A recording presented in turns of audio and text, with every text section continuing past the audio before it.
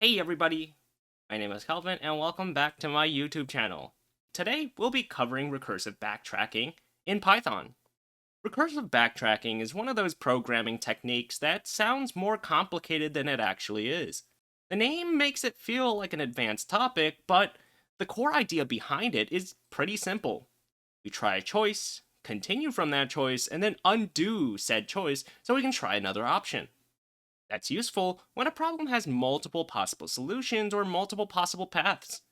Instead of manually writing every answer, we can give the computer a process for exploring the options. In this video, we're going to learn recursive backtracking by writing a simple Python program that will generate all permutations of a list.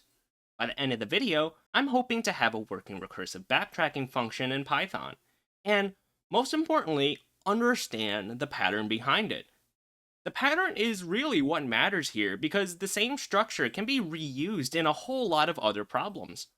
Before we start, I have something to share. If you've been enjoying the content on this channel and want to support what I'm building here, check out my book Modern Data: From Ingestion to Production. It's a practical introduction to how data moves through modern systems, from ingestion and transformation all the way to production use. It's available on Amazon, Barnes & Nobles, and Apple Books, and the ebook is only $6, so it's a really affordable way to support the channel and learn something useful at the same time. Be sure to check out the links in the description. Before we write the actual Python function, I want to start with the general structure and pseudocode of a backtracking solution. Most backtracking problems follow this basic pattern that you see on screen right now. Remember, this is just pseudocode, so it's not meant to be run directly, and it'll just serve as a template for how backtracking usually works. Here, the path is the partial solution we are building. In our permutation example, the path will be the current arrangement of letters. The first part here will check whether the path is complete. If path is complete, then we save the answer. Then we return because there's nothing else to add to that path. After that, we will loop through all possible choices through a for loop for choice and possible choices, and then the function will ask, what can I choose next? Usually, not every choice is valid, so we should check whether the choice is allowed. And that's what if choice is valid is going to do. If the choice is valid, we make the choice, recursively continue from there, and then undo the choice afterward. And that's the main backtracking pattern. First we choose, then we explore, and then we undo. The reason we undo the choice is that we want to reuse the same partial path while trying different options. If we choose A and finish exploring everything that starts with A, we need to remove B before trying B as the starting point.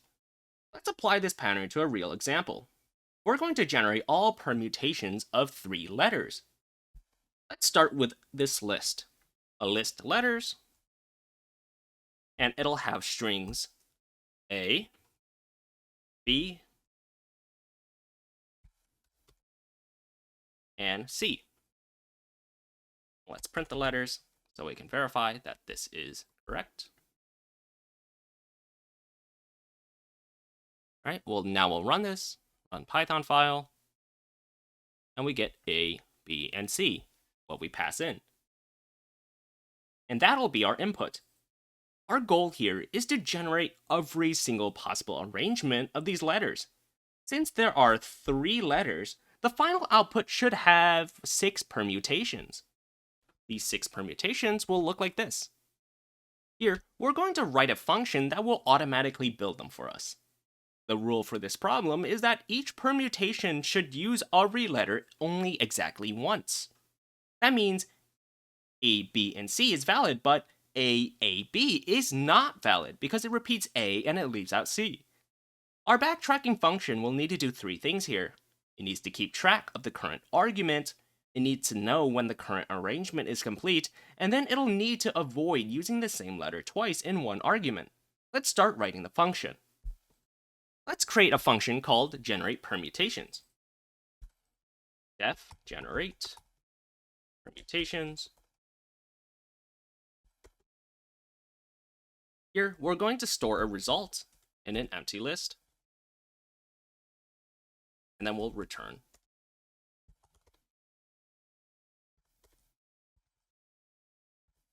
result.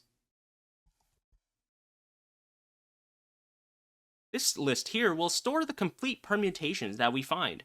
Since each permutation is itself a list, the final result will be a list of lists. Right now, the function doesn't generate anything. It just creates an empty list and returns it. Now, we should build a helper function that will do the recursive searching, and we'll call it backtrack.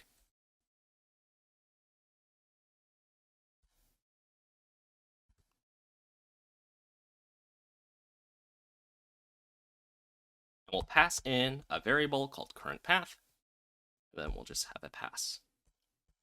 Here, we'll return our result. The current path passed in to our helper function is the partial permutation that we are building. At the beginning, it'll be empty. As the algorithm runs, we add letters to it, and then when it becomes complete, we'll save it. We're going to be defining backtrack inside generate permutations because it needs access to both the letters and result variables. Since it is inside the outer function, it can use those variables directly. Now, we need to actually start the search.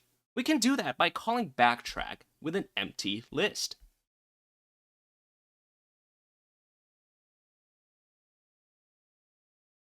And here, we'll just pass in an empty list for now. And that means we're going to be starting with an empty arrangement.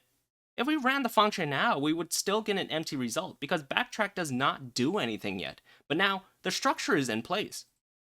The next step here is to add the base case. Every recursive function needs a base case. For this problem, the base case is when the current path has the same length as the original list of letters. If the input list has 3 letters, then a complete permutation will also have 3 letters. So we can check that with our built-in len function. We'll remove our pass right here and add this condition. If the length of the current path is equal to the length of the letters, then we'll append the current path to the result.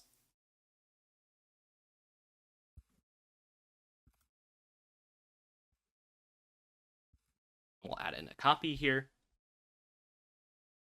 This condition right here will check whether the current path is complete.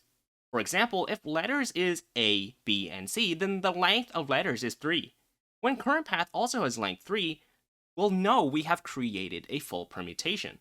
Then we save it by appending it to result. The copy is important because lists in Python are mutable.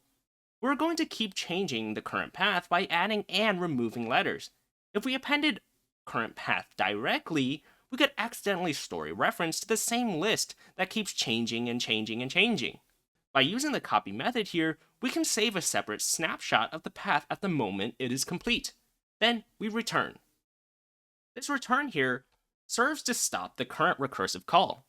Once we have a complete permutation, we do not need to keep adding more letters to that path. At this point, the function knows how to save a completed path, but it still does not know how to build one, and that's what we plan on doing next. Now, we need to give the function choices. At each step, the function should look through the original list of letters and decide which letter it can add next. And we can do that with a for loop. We'll add our for loop right here for letter in letters. And here, every time backtrack runs, it'll check each letter as a possible next choice. Then we add in a condition. If letter in current path, then we'll continue. This prevents us from using the same letter twice in the same permutation. For example, if current path already contains A, then we know that A should not be added again. So we use continue to skip that letter and move on to the next one. This gives us our validity rule. A letter is valid only if it is not already in the current path. Now, the function can identify valid choices, but it's still not making those choices just yet. Next, we'll add the core backtracking logic that we had discussed. For every valid letter, we need to do 3 things. First, we need to choose the letter. Then, explore the result of that choice. And 3, undo the letter so we can try the next option. And here, we can do that by adding 3 key lines. Current, we append the letter to the current path. Then we'll call our backtrack function on the current path. Then we'll run our pop method on the current path. The first thing here we do is choose the letter, then we'll explore that choice, and then we will undo that letter using the pop method. The first line here chooses the letter by adding it to the current path. If the path is empty and the letter is A, the path now starts with A. The second line will explore that choice. The recursive call continues building the permutation from the updated path, and then the third line will undo the choice, which removes the most recent letter from the path. That undo step matters because after the function finishes exploring one option, it needs to go back and try another option. If we don't remove the letter, the path would still contain old choices and the next branch would be incorrect. The algorithm here is following a process. Add a valid letter, continue recursively, and remove the letter when that branch is done. Now our function is complete. Let's call the function and print our results.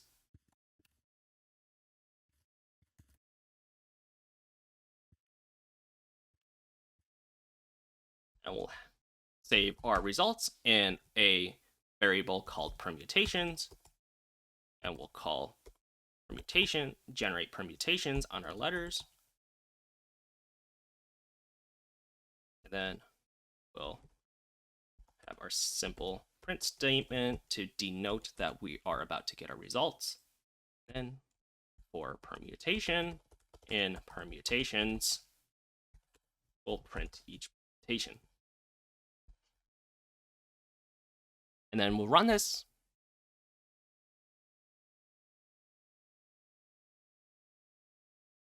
And we see the results that we want. Each line is one valid permutation of the original list. The function here found every arrangement without us having to manually write each one. We gave it the rules and recursion handled the search. Recursive backtracking is useful when we need to search through multiple possible solutions. In this example, we used it to generate permutations of a list in a very simple problem. We started with an empty path, added one valid letter at a time, saved the path when it became complete, and used pop to reset the path before trying the next option. Here, remember that the important pattern is to choose, explore, and then undo, and that's the pattern to remember from this video. The exact problem might change, but the structure will stay the same. For example, if you're solving a maze, the choices might just be directions. If you're solving Sudoku, the choices might just be numbers. If you're generating permutations, the choices are the unused letters. Once you define the path, the base case, the choices, and the validity rule, you have the main pieces of a backtracking solution. Here, backtracking is a great technique worth learning. It'll give you a clear way to solve problems where the answer comes from exploring different possibilities. Thanks for watching, and I'll see you guys in the next video.